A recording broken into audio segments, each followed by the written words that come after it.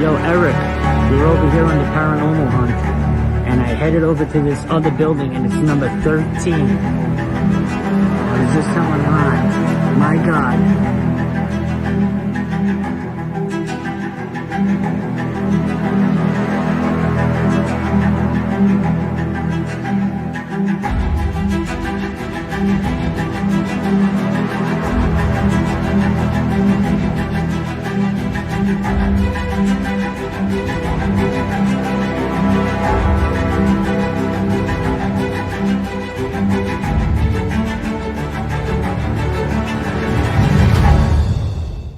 Okay, it's a Monday. It's a great beginning of a great week. Yesterday's show, people, if you weren't on there on Unidentified S-Force channel, he had a kick-ass show with Amber's Paraworld. I mean, it was fun. Excellent. There's so many different kind of questions that was asked, and she answered all the questions the best she can. The best knowledge that she has, and it was just fantastic, positive, and that's all we get asked for. Positive conversation. You guys know the drill. Nobody here try to force any truth down your throat. It's up to you what you want to believe in. It's all up to you. It's kind of like this topic.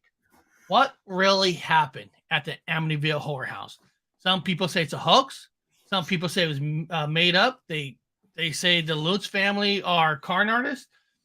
There's a lot of things. Ed Lorraine used that house to elevate their status. I mean, there's a lot of things. Or some people believe the whole thing is flat out real. So, it's a cool conversation. I thought we kind of take the tactic like we did on Friday. We kind of took Roswell. We try to dissect it the best we can, and we get everybody in the crowd involved of what you guys think would happen or not happen. Because there's two things you got to think about with Amityville Horror. There's two separations we got to do. First of all, is the place just haunted? I'm talking about the normal haunting, not like you see haunting in the movies. Because sometimes you can take both and call the whole thing a hoax, but not realizing there could be just a regular haunting. Kind of like when Bigfoot Michigan Rob was in the chat the other day. He wrote, "Aren't they all haunted? Aren't all houses haunted in a small way?" And that's true. Every inch you walk on this planet can be haunted. It doesn't mean we're always going to see it. Because we talked about it on Unidentified S4 channel yesterday about hauntings, what can cause a haunting, what can generate haunting. We talked about it on my channel. Right. What is the elements? What can't even start a haunting? So, the first video that I'm going to play is actually called The Real Story Behind the Amityville Horror House. And what the real story is, the family that got murdered in that house. So let's look at that video before we get into the Lutz family and figure out if this place had a haunting. Was this part of life, that part of time frame, which caused the house to be haunted? So let's check this out. We've compiled a list of facts about Ronald DeFeo Jr. Ronald Joseph DeFeo Jr., aka Butch, is an American mass murderer. Ronald was born on September 26, 1951 in Brooklyn, New York City. He was tried and convicted for the killings of his father, mother, 2 brothers, and 2 sisters on November 14, 1974. He is currently 65 years old and is held in the Sullivan Correctional Facility in the town of Fallsburg, New York. On Wednesday, November 13, 1974, around 6:30 p.m., then 23-year-old Ronald Jr. went to Henry's Bar in Amityville, Long Island, New York, and declared, "You got to help me. I think my mother and father are shot." A small group of people went into 112 Ocean Avenue, which was located near the bar, and found that Ronald Jr.'s parents were indeed dead. One of the people in the groups was Ronald Jr.'s friend Joe Yeswit, who made an emergency call to the Suffolk County Police, who searched the home and found that all 6 members of the same family were dead in their beds. All of the victims had been shot around 3 o'clock in the morning of that day with the .35 caliber level action Marlin 336C rifle. According to Suffolk County Police, the victims were all found lying on their stomachs in bed. Both of the parents had been shot twice, while all the children had been killed with single shots. Physical evidence suggests that Louis DeFeo and her daughter Allison were both awake at the time of their deaths. The family had occupied 112 Ocean Avenue since purchasing it in 1965. The deceased were later buried in nearby St. Charles Cemetery in Farmingdale. Ronald Jr. was taken to the local police station for his own protection after suggesting to police officers at the scene of the crime that the killings had been carried out by a mob hitman, Louis Fellaini. The alleged hitman had an alibi proving Fellaini was out of state at the time of the killings. However, an interview at the station later exposed serious conflicts in his version of events. On the next day, he confessed to carrying out the killings himself. He had taken a bath and redressed, telling details where he had discarded crucial evidence like blood-stained clothes and the Marlin rifle and cartridges before arriving to work as usual. Ronald Jr.'s trial began on October 14th of 1975. He and his lawyer William Weber mounted to an affirmative defense of insanity, claiming that he killed his family in self-defense because he heard their voices plotting against him. DeFeo's psychiatrist, Dr. Daniel Schwartz, supported the insanity plea for defense, and the psychiatrist for prosecution, Dr. Harold Zolan, presented that although Ronald Jr. was an abuser of heroin and LSD, he had an antisocial personality disorder and was aware of his actions at the time of the crime. DeFeo was found guilty on November 21st, 1975 on 6 counts of second-degree murder. Later on December 4th, 1975, he was sentenced to 6 concurrent life sentences of 25 years. All of his requests to the parole board had been denied. DeFeo has an unstable relationship with his father, but the motive for the killings remains unclear. Well, that concludes the video, guys. Hopefully you guys did enjoy. You muted, Eric. You muted, Eric. There's so many different stories. There's so many different theories. Some people say that he made a comment that the devil made him do it. Right. Some say that the father was involved with the mafia. A hitman was in on it. But regardless of how, why, or what, the truth is people got murdered in that house instantly. So not just one person. I mean, you're talking about a whole family. I mean, talk about what can create a haunting. That alone in itself can put negative energy into a house. That alone. Doesn't matter what the reason was. Doesn't matter if he was crazy or not. Murder happened in that house. More than one person. What they say, one only takes one ghost to make a house haunted. You got 5-6 chances of making a place haunted. Now, I know, Anthony, I know you're from New York. I don't know how close this place is to where you live. Like an hour and a half, not even. Is there any like legend stories that New Yorkers know that maybe a lot of people don't know? About the Amityville Horror? Yeah. Yeah, man. It was alleged that, that there was dead bodies buried in the basement. That's what caused the initial haunting. There was stories that there was a gateway portal to hell down in that basement that brought the whole family and the other families that lived there, drove them nuts. But I think most of it was a hoax. I think the house was haunted, but I think the vast majority of the claims were hoaxed. I think he just snapped that one night, woke up and killed everybody. He tried to say he was possessed, but here in New York, we just believe that he just snapped. We think that was the main cause of it. There was some weird things, according to, like I said, what I'm reading. I don't even know if what I'm reading is actual real. Everything that's the problem, right? Is what a person writes. But this is one of some of the things that they say that was strange about the crime case. They say the foes were all found in the exact same position. Of course, I wasn't there. I'm not at the police. Don't know if that's true or not. If that is true, that is a little creepy of everybody being exact same position. So it says here, husband and wife DeFeo has been shot twice with a .35 caliber. Meanwhile, The rest of the family were all shot once. All 6 victims were found in their beds lying on their stomachs. It's estimated that the whole thing took Murr 15 minutes start to finish. Identical positions, the bodies is creepy enough in itself, suggests that all victims were arranged that way. There are more facts that makes it all even creepier. The police determined that the rifle had to been fitted with the silencer. So the gunshots would have woken the family up. Now that part is weird. If the report is real, that everybody was in the exact same position, because you would think one shot. I mean, we're talking about a rifle. Rifles are loud. You would think that, in theory, you would have got up, maybe hit under your bed, because there's no reports of the body being killed somewhere else, and they dragged it to the bed. What I've understood and read, that all the killings were in the bed. So if it did take the whole 15 minutes, where they did. There was no reports of them being knocked out with sleeping pills. Oh, yeah, too, man. Ronald DeFeo was only 23 years old when he executed the family. He was a young man. You know what I mean?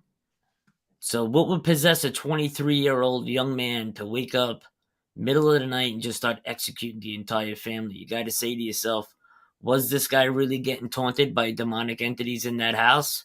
Were they really driving him, to the point of insanity where he just wanted it to end for himself and everyone else? And he just started shooting everybody? I mean, who really knows? Amber wrote, either a silencer was used. You would think the guy wasn't that smart. You would think if there was a silencer used, it probably would have been found. Or a poison. Could use a potato, Eric. What's that? Could use a potato, too, for a silencer. That's a hillbilly silencer. Just shove a potato on it. Now, like I said, this is back in the 70s, so we don't know what kind of tools they had during investigation, because I would think if they used potato, like if it was, they would have found pieces of that. But like I said, they don't have that technology we have now where they could detect almost anything. I mean, they could pick up a little piece of string of hair or a material on something and dissect it and figure it out now. But this was back in like 1970 or I don't know. I can't remember what year it says the shootings happened. Say here what year? 70s, right? 74, I think. Yeah, because I think it was 75 when the Lutz family moved in. So probably 74. Cause I think it was a year later when they moved in. No, the year later, the Lutzes bought the house. Yeah, a year later, they bought the house. The Lutz family bought it from them, and they bought it like at a drastically low rate because all the murders. $80,000 below rate. $80,000 back in the 70s was like, $400,000 today. You know what I mean? The equivalent. $80,000 now is a great savings. Now, some people say there might have been a second killer who was never caught, but there also might have been. The jury's still out on this one. At the time, police and investigators considered the fact that more than one person may have been responsible for the murders. It was the only way they could make sense of some puzzling aspects of the crime scene. The existence of a second culprit has never been proven, although a documentary filmmaker claimed in 2012 that he had found new evidence supporting the theory. In the meantime, many others still theorize the possibility that second killer was involved. The only thing that throws me off on this, okay, this guy made a documentary. Now, sometimes when people make a documentary, there's a percentage of people who think all documentaries are true. If there's a documentary, it must be true. Does it? No, it doesn't. Whoever directs it and writes the story, writes it and directs it the way they want you to see it. Right. And I see this from time to time when they say they found existing evidence. And I'm always thinking to myself, what has this guy found that nobody else could have found? Well, Eric, coming from a law enforcement background, look at it this way. In 1974, they didn't have the same investigation techniques that we have today. All right. It was a lot different. We still work off the back of what they did back then.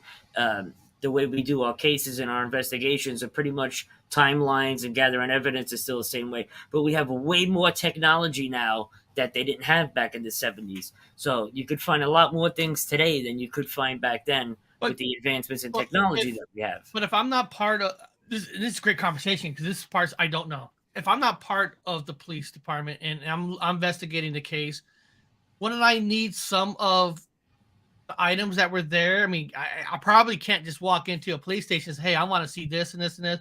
I want to investigate. Or is there like a form that I can fill out to be able to be allowed to look at some of the evidence that they used during that case?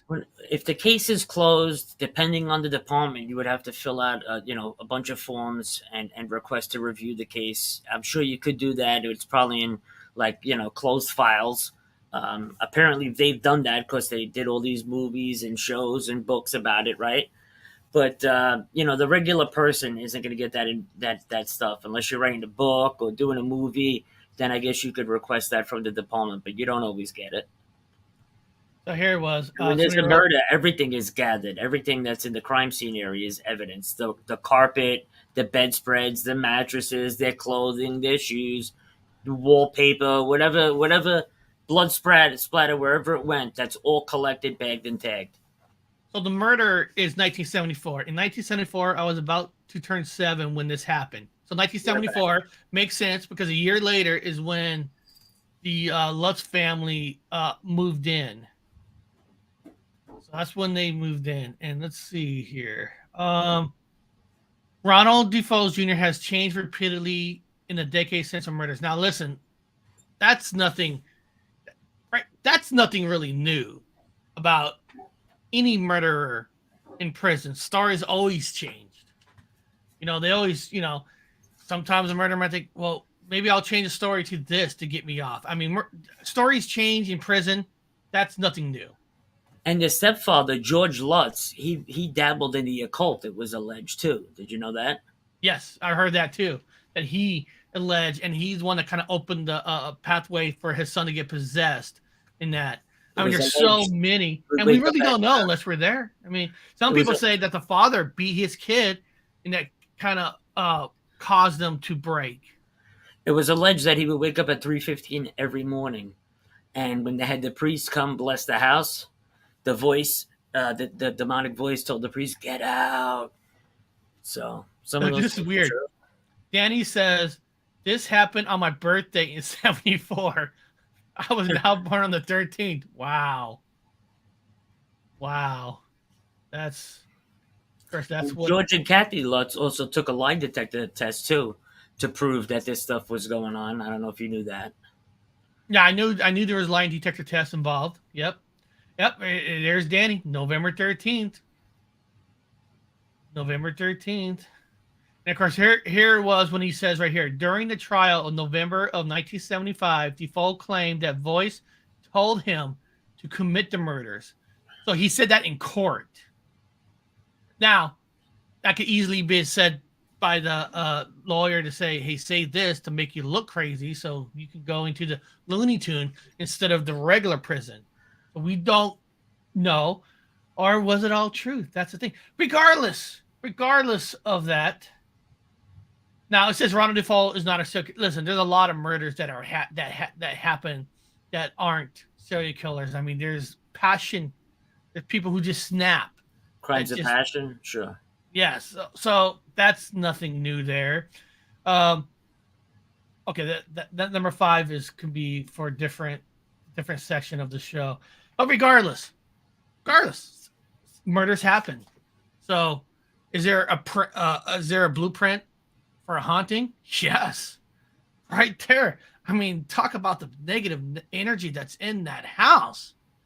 The Lutz, they had a lawyer back then, Weber, and Weber they owed this guy a lot of money for all the illegal stuff, and he came out in like 79 or 80, and he said that they made the whole story up just to make money. But then again, you can't take that lawyer Weber's, can't take what he's saying because they owed him money, so he could be and of course, them, Of course, we're gonna break that part down. We're gonna talk about why even bother. But Amos wrote, yeah, they didn't investigate nearly the same manner as nowadays. This could go either way. Police officer could have been fully involved with the murder. I mean, I guess anything's possible, but why would the police be involved with this family with the murder? I mean, that I would. It's a connection. And guys, remember, people, not even nowadays, there's different police departments have different fundings. I mean, small towns don't have the funding as maybe a city. There's murderers that get away because some small towns just don't have the money to do these massive kind of DNA tests. When they investigate a murder case, it's very expensive and how deep they go into it. And some police stations just don't have the money like some other ones do. So, there's that too. It takes money to investigate murders.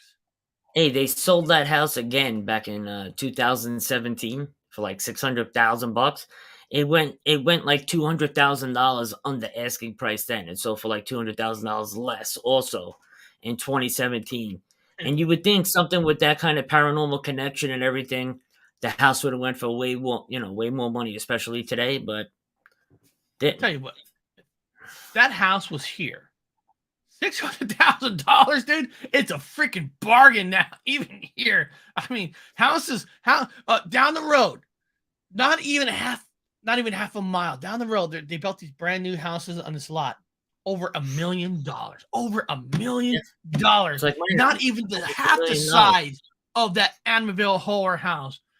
Well, that house is huge. Not that Amityville Horror House is gigantic. First house that I bought. I mean, we sold it when we had to move to Maryland for a job and all that. We bought a house. We got it extra cheap because they were making meth out of the garage. And then this is the funny thing about it. They were making meth out of the garage. The neighbor was a female police officer. They were making meth.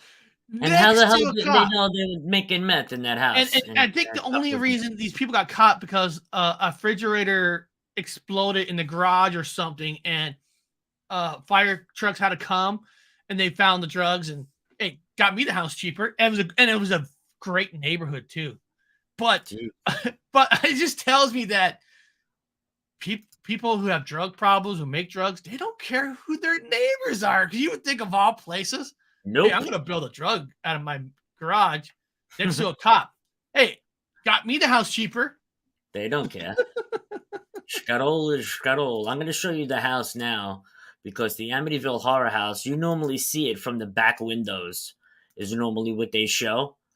But, so on the left is the backside windows that you normally look at, right? But if you really take a look at the actual house itself, here, let me pull up the other one and show you how big this house is, because it's huge, this house. There we go. Pull it up for you. It's a really big, beautiful house, and to think that this house went for a couple $100,000 less than what it should be is crazy. Okay, it's right by the water too. Right on the water. That's the guest house. That's the inside. This house is beautiful. There it is right there. Look how beautiful that house is. It is. Beautiful, beautiful home. And it's one of the richest parts of Long Island. I want that house. If I was there, I'll take that house in a heartbeat. So the property is incredible. It has a boathouse and everything, this property. Now, the next videos I'm going to show you are actually some interviews, because a year later, we all know the Lutz family bought the house. They left in 28 days. Plain and simple. They left 28 days because the haunting was too extreme, was way too extreme. So I got, here's a short, small interview with George Lutz. It's only less than a minute. So let's see what George Lutz, this is what he looks like. And that's what he says, why they left in 28 days. So we had never intended to give it up. Even after we moved out, we intended to find out what was wrong and move back in there. That's why the investigation was held. And people from different psychic research groups that at least we could check their credentials were called in and asked to come in. we've been asked many times why we stayed so long. It's very hard to remember the exact emotions or the moment why you would make a decision or why not. But you finally did make it. Well, by the time we left, we had lost a considerable amount of weight. Kathy was passing out quite regularly. I had lost over 26 pounds. And we were just reacting from one happening to another. We weren't So you were generally we weren't thinking, yes, as we normally would. Jim? A couple interesting things he says there. He said they had. I know it's impossible now. I wish we knew actual fact of what was his weight before he went in and after, because they were only there for 28 days. I think he mentioned that they lost like 26 pounds. Listen, it's not easy. Listen, you can lose water weight. I know there is a big thing that you can lose weight, kind of fast in a way, but 28 pounds in 28 days. I wish there was some true verification to find out if that was really true. Two things. One, Angel Wings gifted one Paranormal Highway membership out, so that's going around. And Bigfoot Anon, you're absolutely correct. When Ron gets back from vacation, maybe we'll set that up. We'll drive out to Long Island and we'll go check out the Amityville Horror House for everybody, because that sounds like a great idea. I got to find out if they let people get in the house today. I don't know what the story is with it today, but I will find out. And Angel Wing, thank you for gifting somebody's membership. I actually just put up a member video yesterday, a short one of me rebuilding this office. And I just was recording another small one when Anthony appeared behind scenes. And I'm going to be popping that up because I'm going to try to be doing minute, 2 minutes, little things every day. Just me talking to you, because sometimes that's what I like, just talk to you. So thank you for gifting that. For whoever got the new member.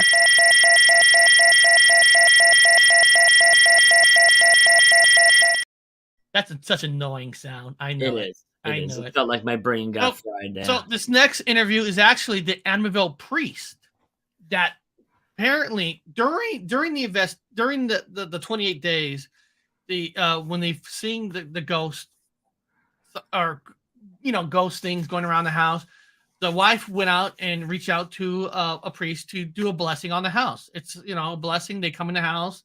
If you're in the the church world, that they go in, they bless it and all that. And apparently during the blessings, certain things has happened.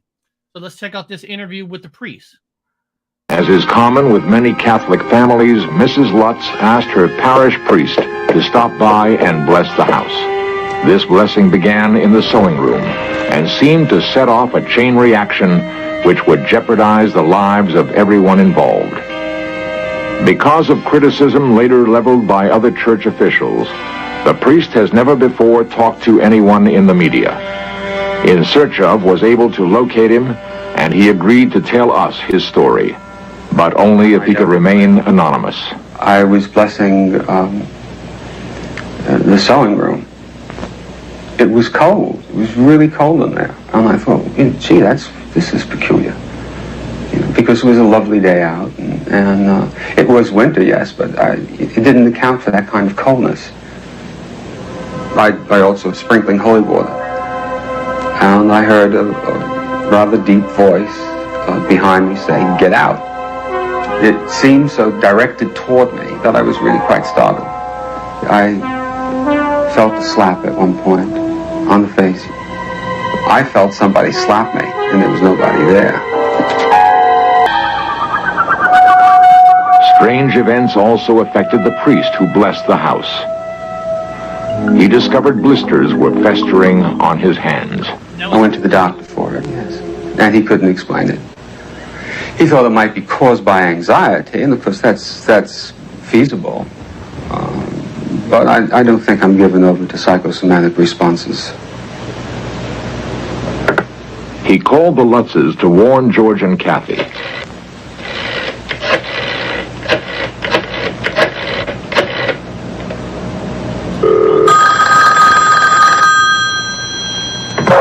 Noise interference prevented any communication. Kathy? He could never get through. Hello. Hello. Hello, what's up? Hello. Now, Yeah, it did cut off people because I can't play anymore before it could get technically copyrighted. Right. But think about that. Is the priest lying? Priests No, are not highly supposed. doubtful. Yeah, priests are not supposed to. I'm not saying there's no bad priests. There are, but and remember, this is also in the 70s still. This is not where there's mainstream social media platforms where you're going to get popular. You're going to get people coming into your church. But blisters, they use that in the movie. They actually had that in the movie too with the interference. What would he had to gain if he was lying about it? I mean, he didn't come out too much later in the first place to even come out with it. And you don't want listen, he works for the church. He's paid by the church. You think he wants like a pilot is paid, military guy is paid. You don't want them to think you're losing it too, because Right. that's your job hood. You had a couple donations came by. Oh, I'm sorry. I was in the I still in the donation bars, so I wasn't looking at the Tommy G and unidentified S4. Not me. You guys, My let wife. me give you guys another annoying sound. That's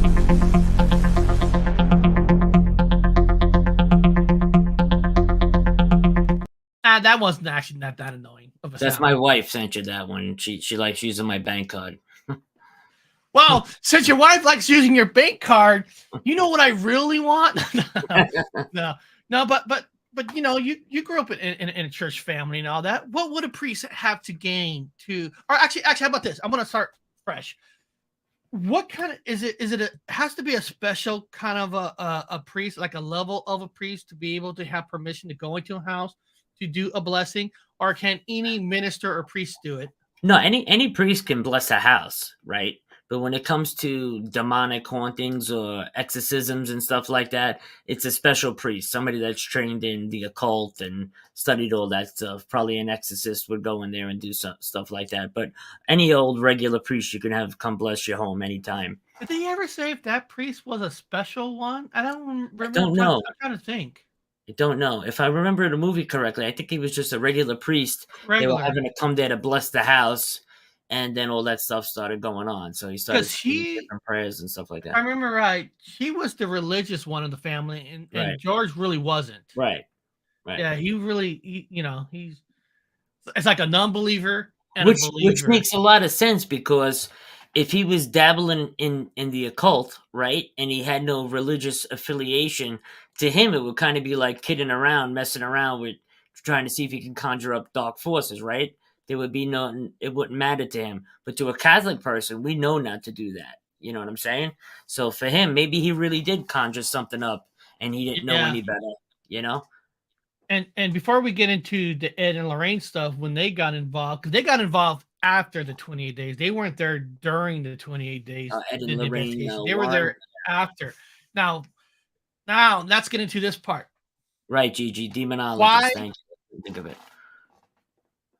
Why would you, if it's a hoax, that's probably one of the most expensive hoax you could probably ever do. It's different than, remember, Anthony, how those young kids did that hoax of the UFO, sightings, and they call different places.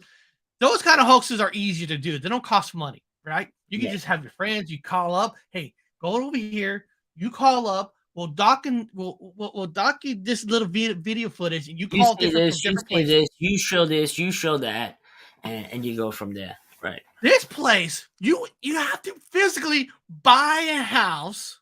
Yeah, right. And then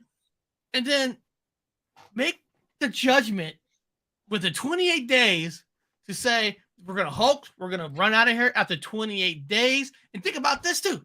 Now, if me and Anthony were buddies, we had no wives or something, and we have a lot of money in the bank, if we want to try to do something like this, I guess I could see that. But you have kids. Talk about if it was a full hoax, what a gamble, right? Well, because we said it before, social media wasn't there. It was there with the news and newspapers, but not like you're going to get a guaranteed book. Let me ask this though, Eric. Today, they have to disclose if a house is haunted. And if Yes. they don't tell you and a house is haunted and it's driving you nuts, you can get out of that loan from the bank and all of that because they didn't disclose that information. Was it the same back in the 70s too? That's Because if well, the house was really haunted, because they weren't rich, these people, the Lutzes weren't Now- rich. They now, spent in the everything state- they had to get into that house. in the state of Washington,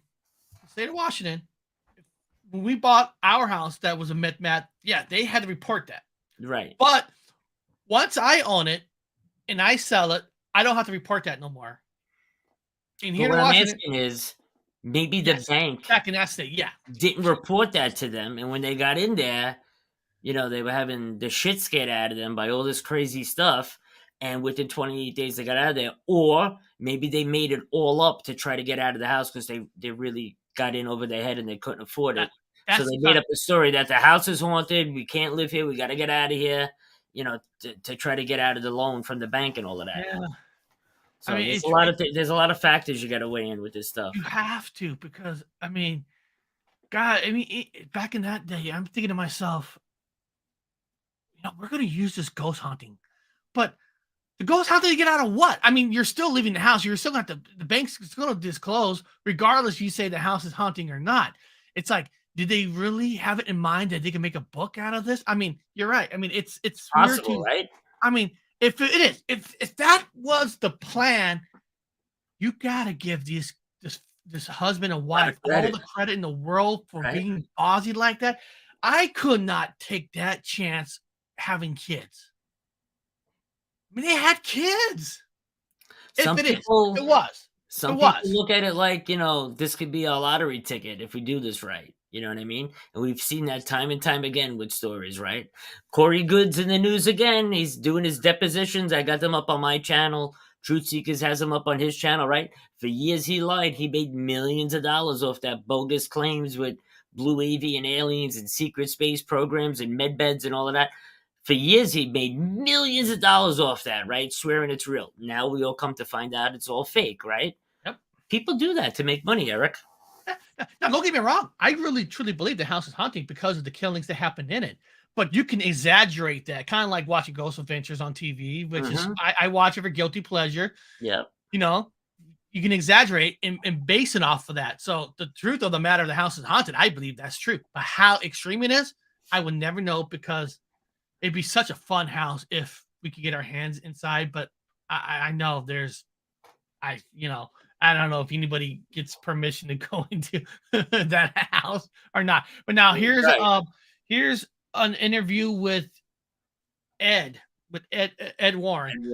Because this is when the Ed and Lorraine got involved. They got involved after the 28 days. They were asked to come in. So this is now remember, guys, these videos are old. So if you're asking how come the quality's bad, come on. It was filmed in the 70s. So here's Ed Warren. But this next picture that we're going to see, I think this is again, an astonishing picture. In fact, I'm sorry, guys. Hold on. Let me pause for a second. What he's talking about is they took a picture inside the house of the Amityville Horror House. It's one of the most famous ghost pictures, probably one of the most famous ones of all time. I mean, one of the top 5 easily.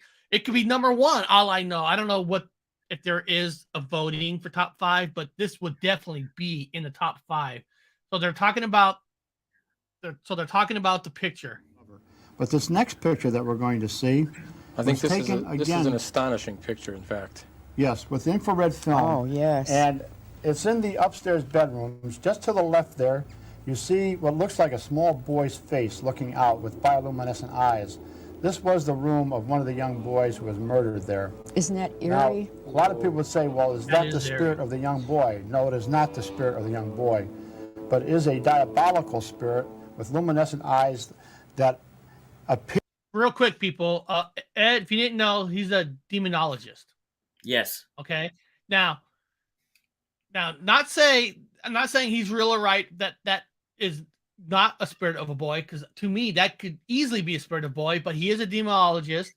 It can also be a picture of a regular boy, Eric, because the glowing eyes like that are an artifact of the camera.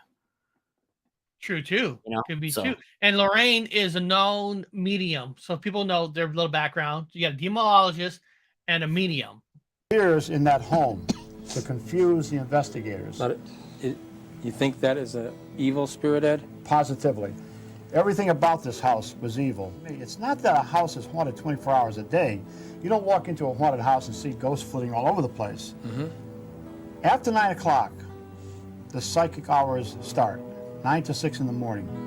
9 o'clock. You guys hear that? Between 9 to 6 is technically supposed to be the witchy hour. So if you can, schedule an investigation, if you could get between 9 and 6, I'm just saying, if you're going to do one, if you can, sometimes you can't, but if you can, why not try those hours? Take every theory, everything you can to have it on your side if you can. Because I'm sure that when Anthony and Ron did their investigation, they probably weren't allowed to be there at 2, 3 o'clock in the morning, or maybe you were. But we had to get there for 9 o'clock till the tours were over, though. And you probably had to leave at a certain time, right? You probably only had all night. No, we left when our batteries all died. That's awesome. Yeah. That is awesome. That's awesome. The energy starts to build up because of the darkness. Then you start to get what we call the infestation in a house like Amityville. First you hear the little knockings, the rappings. Then you might hear pounding sounds. Then you might hear crying or sobbing, hysterical laughter. These are the types of things that actually happen in these homes. But pictures like this, taken with infrared film, the camera is neither for nor against the supernatural or supernatural world. It only takes what it sees. And what it sees here is a spirit of a diabolical nature in that room. You're a camera guy. What he said about the camera, is that factual? Yeah. Yeah, he's telling the truth. Just, you don't know what the photo of the little boy, you see him crystal clear. Could it be an apparition? Yeah, 100%, right? I wasn't there. It certainly could be. But could it also be, could they also stage the little boy there and took a picture? Yeah, 100%. You know what I mean? Oh, yeah. We weren't there. Now, this next interview is actually where Lorraine's talking, but when she's a lot older in life, when she was doing like the TV show Paranormal State here and there, and she was asked about the house much later in life, and let's see what she says when she's even older than she was in that footage. Did it happen to me? I don't really know. I do not have the answers for that. I played in places like Amityville. That if you gave me $1 billion, I wouldn't go in the house again because it messed up my life and my husband's life. Terrible, horrible place. Oh, it was terrible. That's where I levitated with my body in that home. And it was the things that happened there were terrible. Really, really terrible. See, Eric, what bothers me about that, man, she's looking at her feet while she's saying it the whole time. She's not making direct eye contact. And not only that, the people that live there today in the Amityville house haven't stated anything. Nothing has happened. The last two families. Yeah, last two families. Like, is she telling the truth? Or is she trying to sell more stories? That's what the mixed bag is. You don't know. And then there's some claims saying, of course, the family's going to say that because they're tired of people walking up to the house. If they come out and say there is some hauntings, everybody's going to be begging, knocking on the door too. I've heard that part too. You're going to walk up to that house and take pictures to the end of time. To the end of time. You know yeah. So. Oh yeah. Because I'm not this next video, but there is a video of people walking up to the house during the 70s, and it's kind of cool. But in this next video is the red inside the actual red room, because apparently there was a hidden room downstairs in the basement. It was the red room. Nobody exactly knows what it's used for. The theory was it was the gateway from hell that came through from one dimension to the other, to our dimension. But this is what the red room is supposed to look like. Let's take a look. My name is Patty Camarado. I was friends with Ronald DeFeo girl who was murdered with the rest of her family here in 1974. This I'm going to show you is the mysterious red room that's so noted for in the book. This door, which they say was never here, was here, is here, always will be here, I suppose. This is the red room. Nothing more than a storage area where Allison and her brothers and I used to keep toys. Just red, you know? There's never any feeling of spirit presence or ghosts or any sort of thing like that. It's just a play area. Used to keep toys. Nothing more than that. Now, see, according to her, there's nothing more than that. There is a red room. Played in the house as a kid, right? Now, kids are more prone to have attached, see ghosts and stuff. We were talking about that yesterday with Amber, right? And those kids played with their toys in that room in a closed area and had no problem, no issues with anything. So I believe that kid more than I believe Elaine Warren. Sorry, but Yeah, that's just my take. That's why I'm showing this. There's so many different sides to take on this. And now these are people who want to walk up and see the house. And these are footages back in 1979 with the news channel. I love watching these old news clips, see how things look like back then. But people are so intrigued by the story. And, to this day, they still go to the house. So let's take this look. This one's called in 1979. Here. 1979, WPIX reporting busted outside Amityville Horror House. Cromedies who bought the house have packed up and left, driven away by an onslaught of tourists and pranksters who still continue to come and gawk, not fooled by the now changed address out in front. Now, why did you come by tonight to look at this house? To see what that book was all about and everything about the house, the way it looked, and all the things that people say about it. Oh, we just wanted to see what it was like. I guess we just specifically came from Chicago to see it. But do you believe all the stories? Yeah, I do. They're kind of creepy. They gave me the creeps that... Why do you believe it when the present owners say there's no truth to it at all? They've been living here for almost 2 years. Guys, hear that? The present owner, right after the Lutz, have been living there for 2 years, and they said nothing has happened. So right after the Lutz. So let's hear more of this. Oh, I didn't know they had present owners. I thought it was deserted.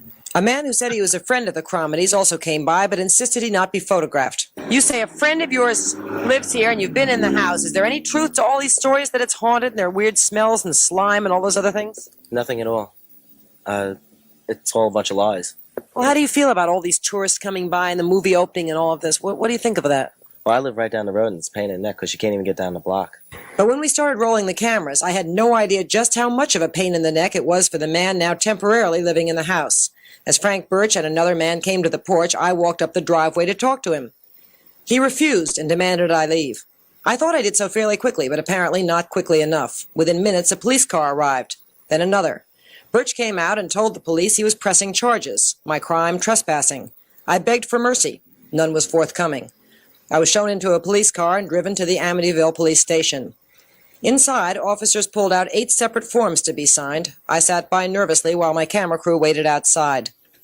Mercifully, I was finally able to convince Mr. Birch that I had not intended to cause any problems and had not in fact been aware I was trespassing. He signed forms rescinding his charges. I signed forms releasing him from charges of false arrest. We shook hands, and after more than an hour in captivity, I was finally free.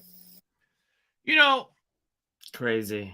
It is crazy that went down, but think about this. If you're the owner, if you granted her a fast interview, just a couple minutes, he's probably going to get 20 other stations that's going to want interviews by doing the extreme, having the police take her away. Another radio station might think twice of knocking on his door. But listen, you're an investigator. You're going to do whatever you can, knock on the door, trying to get in. But think about it. If you bought the house, probably does drive you crazy. And the neighbor seeing all these cars, just going around the block. You can't even get into your own driveway because everybody wants to look at the house. I can see where that can be pain in the ass. Listen, I when I went to Oregon my last trip, we saw the famous Goonies house. And they actually have a sign that says, you can't drive your car up on this road, but you can walk up and take a picture. So they actually allow you to take a picture, but they said at least you're not allowed to drive their car, which is respectful. So these famous places, I can see that. So like Anthony, if you and I own a business, it's haunted. If you could get the Ghost Adventures or or Taps or one of these TV shows there, you would do it because once they're there, talk about the publicity your place just got. Absolutely. How many people go to Mackey's, believing in ghosts or not, just because they've been on TV shows? Yeah, absolutely. The more publicity, the better, especially today. That's how it goes, Now, I got one last video. This is Inside Edition Amityville Horror. Hoax or real? Know it as the scary hit movie The Amityville Horror, but he knows it as something else. Home. He lived there as a boy. Were you scared living there? Horror House or Hoax. Inside Edition takes him back to the real house in Amityville. It is one of the scariest horror movies to hit the screens, and now the remake of the Amityville Horror is getting big audiences at movie houses. But is Hollywood's treatment of what happened in that house in Amityville anywhere close to what really happened? In an exclusive interview, Diane McInerney talked with the first time the man who grew up there and found out what he says is hoax and what really is horror. Hold on, guys. There's a question that Anthony had earlier about back in the 70s, and Purgatory Paranormal New York just answered it. Back in those days, owners and realtors did not have to disclose hauntings. Now in New York, they do. So thanks for answering that. We were trying Anthony. to figure that out before. That's great to know. That was awesome. Right? I love our people in the chat. They're like the best investigators you can ever have. Here we go. It's supposed to be based on a true story, a claim that's helped put the Amityville Horror at the top of the movie charts. But we spoke to someone who says Hollywood's treatment of the whole Amityville case is horrifying. I was absolutely disgusted with what I'm seeing. Christopher Quarantino is in a position to judge. As a boy, he fled this house with his mom and adoptive father, Kathy and George Lutz, starting the whole Amityville saga.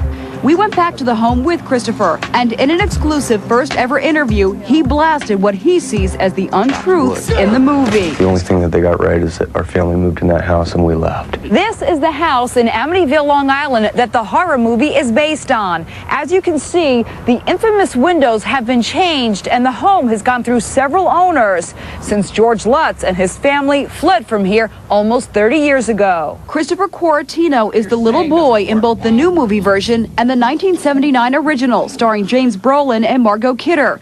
But he says both movies are far from accurate. This scene, for instance. That didn't happen. Again, that's Hollywood portraying the story. Or this one. Were there swarms of flies? There was definitely a lot of flies, nothing again like what Hollywood's portraying it. Both movies tell the story of murders that happened in the house before the Lutzes moved in. There was a crime, a murder in the house. That part of the story is true. A man slaughtered his family, claiming spirits in the house told him to do it. The movie details how chilling events occur for the house's new occupants, the Lutz family. And although Christopher claims most of what happens in this movie is fiction, he says one scene does bear some similarity to life in the Amityville house. He says he did see a shadowy presence. It looked as large as a man and was heading towards me. Were you scared living there? At times, for sure, yes, very. Quarantino attributes much of the Amityville hype over the years to his adopted father. He claims Lutz exaggerated stories of the house being haunted to help write the book, which started the Amityville phenomenon. In fact, they're now suing each other. Maybe a judge can get to the bottom of what really happened in that house. Christopher Quarantino is planning his own documentary in which he says he will spell out what really did go on in the Amityville Horror House. By the way, the movie remake was... There is a pretty good Amityville Horror documentary on Discovery Plus. We should look up and see what the outcome of that lawsuit was, because that was a long time ago. Let me see if I can find anything. So, guys, so you heard different versions. One of the kids that lived there said none of that really happened, but he did see a black figure. And one of the things that Anthony and I are talking in the beginning, that we're not saying the place is not haunted. I mean, there were murders there. So so the blueprint for a haunting is there. People have died, but not at the extreme of what movies make it or not. But I'm not here saying none of it's fake or real, because none of us were there, because if, like I said, we were talking about earlier, if that was a hoax, that's an expensive hoax to try. But hey, listen, sometimes you buy a house that you don't even really have the money for, and the bank just wants to get off their hands because nobody wants to buy it. They're taking a chance on you. And maybe the Lutz family did owe money to this attorney and all that, and they figure out, that we can't do it. And since maybe when the kids did mention they saw a ghost, hey, well, let's run with it. Let's run with that story. It's hard to say. Who knows? Who knows? I didn't even know there was a lawsuit between the husband and wife. That was interesting. And you can see, look, you can tell Anthony's an awesome investigator because he's got the serious look on his mind. He's looking. He's I'm looking right now. So, guys, while he's looking in the chat, let's say this: do you believe the Amityville house has a normal haunt? One, for normal haunt, like regular house being haunted, might see some things move or hear things. Two, not haunted. And three, extreme haunt like the movie. So 1, 2, or 3. 1, normal haunt. 2, not at all. 3, extreme haunt. So Tommy said normal haunt. Like, I think it's a normal, regular haunting of a regular house. I guess Tommy's going to be our only one. Oh, no, there's more. There's more. It takes like a minute for you to see them in StreamYard. It's like Purgatory, normal haunt, not haunted, normal haunt, 3. Danny believes it is extreme haunting like the movie. Normal. I drive over there, get a picture of it for you one of these days. Yes, get over there, try to put a picture and put yourself in that picture for us. 1, normal haunt. Sugar Britches, normal haunt. I haven't been there to tell you the story. Terry Brown, normal haunt. So everybody believes there is a normal haunt there. Which, like I said, the blueprint's there. People weren't murdered, no matter what you say. That is an actual fact. People got murdered there. And that is a hell of a blueprint to make a place haunted. I think it was exaggerated. Oh, yeah. I believe. Oh, 100%. Now, of course, when you make a movie, you do have to exaggerate a movie to make it more watchable. So, you find anything yet? It's long. I'm it's long. They don't have a one that's called a shortcut for dummies. Like what is no? I looked. Okay, so with intent to deceive the public as a source of the literary work. So the charges were remanded, and it says here that where the hell did it go? That they tried to deceive the public. There's like 40 different things to go through here. I'm going as fast as I can. So basically, more or less, they exaggerated. They couldn't pay for the house. They probably just had a normal haunting. Like the son probably saw a shadow. They took it and they ran with it, and they knew there was murder in the house. Because you can't tell me, even though they don't have to disclose it back then. We then noted the action aimed at vindicating such property right could not be based on an apparition theory, but could only be based on a theory of public deception or confusion. An act for damages or copying the title, which has acquired a secondary meaning, requires that the damages be specially pled and proved, and coupled with the showing that they are the result of a failure of the defendant to take reasonable precautions to prevent the public confusion, with an intent to deceive the public as a source of the literary work. So they're saying that they deceived the public, and that everything in the book, it was fabricated. It was all false. The boy, the son, the stepson was never was never possessed, and basically the kid saying none of those things ever happened to him. The defendant permitted to pursue the deceptive scheme if words had been used to employ by an author and manufacturing in such a manner that the public has learned to associate with them as being described to acquire a secondary meaning, citation. This is all legal mumbo jumbo. So there's like 40 different subsections here, and every single one of them, it all ends with that there was deception for the book. Well, sometimes, you start out, I'm not saying you start out with a good intention. You start out with a small little thing, and then you realizing how it's growing and it's growing. And then you kind of like, oh, a book? Oh, I'm going to add this. I'm going to add that. And that could easily happen. They created, they threw a little pebble out and the pebble started to grow. And then what happens is the story grows along with it, to make it more juicier. Because I'm sure if a writer sits there and like, say Anthony told his story about his abduction, and the writer's like, well, your abduction only took this amount of time. We got to stretch it out a little bit. We got to make it longer. That's why I won't do it. I've been offered to tell the story and put it in a documentary, and they did exactly what you just said. They wanted me to stretch it out. And exactly. They want you to stretch it out. And now if you're a group, if you're them who just lost the house, lost everything, and then you kind of see a payday in a way because you already lost everything. And remember, when you lose a house, it goes on your credit record. It's not like you could easily buy another house without pure cash.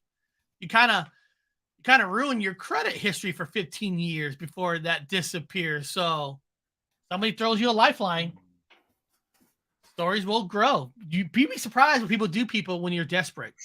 You have kids, your wife, and then you run with it. And what the hell? If someone says to write a book about it, you're thinking to yourself, what the hell? What I got to lose? We already lost the house. Okay, write a book. Wow. Is that big? Gonna do a movie? Oh, this also happened. And Lorraine Warren, who knows? We weren't there in the house. Is that picture real? Could be. Could be not. Nobody ever says the house is not somewhat haunting. Okay, here we go, Eric. Since we conclude that the plaintiffs have adequately pled a cause of action for unfair competition, we revise the judgment of dismissal and remand with directions. So the stepson won, and they had a bunch of, that's what all these different segments are. So the judge made all these remandment requirements. I mean, and there is a ton of them, man. Oh. There's a ton. So what I could do is I can get a link, and I guess I could drop it in the chat if people want to look. But this was decided back in June 29th of 1989. So. But think about what, going to divorce is expensive. To go through what about the lie and stuff, God, it's almost like you hit it big, but sooner or later it's going to crash. Very true. It's going to crash very, very hard. But the thing is, they're going to keep making movies. I'm sure in 10 years, there'll be a brand new movie on the Amityville Horror House. And whoever owns that house is always going to have people going there no matter what. But hey, we want Purgatory, New York to go there for us to take a picture. People love that. But beyond that, guys, tomorrow is going to be like take a storyline. We're going to break it down. But this time, we're going to tell you guys, we're going to be talking about the 1994 Michigan UFO story. So if you guys have web links, video links, you want to email myself or Anthony, please email us some links about the 1994 UFO Michigan incident. And if you can, please email it today and not tomorrow. It gives me a chance to make sure what kind of copyrights are on it. Can I show it? Can I even, what I mean? If you guys could do that, your video, your link, show up on the show. This was the one that Ron Moorhead told us about the other day when we had him on, when he was talking on Ron's channel, the 1994 Michigan UFO case. So this is a good one. There's like 300 witnesses to that, right? Yep, that's what it says. So you guys, this is your opportunity to do some research on it too, and let us know what you found on your research. Hell yeah. Might be something we don't know about. Beyond that, I had a great time. I love taking some of these stories, just breaking it down all the way to the max. And But we all know, since we're not there, we weren't present, we don't exactly know what's the 100% truth is. And but real I would quick, love for us to. before you go, let me pull it up. Episode 4 of the Corey Good deposition is up on my channel right now for those of you that are interested. I just wanted to show the thumbnail. I hate when the thing goes live, that because it's live, you can't just show the thumbnail when you hit play because it goes right to the damn video. I can't stand when it does that. Go ahead, Eric. Here we go. There we go. Boom. But that's it right there. So Corey, the most attractive hoax, Corey Good deposition part 3 is up now. It's live for those of you that asked. It's like an hour and 10 minutes long. But part 3 is where like the real meat and bones of the story comes out, where he fabricated everything. Everything's his intellectual property that he made up about the secret space program, SSP, and the blue avian aliens. So from deposition part 2 into 3, that's where all the meat of the story is, where he lied about everything. So those of you that were asking me yesterday, it's up and it's ready to view. So just thought I'd let you know. Well, beyond that, guys, if I don't hear from you guys, I know a lot of people are taking off on vacations because Christmas is around the corner. If I'm not going to see you again, Merry Christmas to you all. Happy New Year's to you all. If you do show up, I always still want to do shows for you guys, give you guys something to do, because we all know shopping and all that is stressful. For grown-ups, Christmas is stressful. It's very stressful. It's not always fun times for a lot of us. So if this show, Anthony's show, is a little break for you from reality to get away from shopping and all that, please come and share us your story. All of you have a nice day.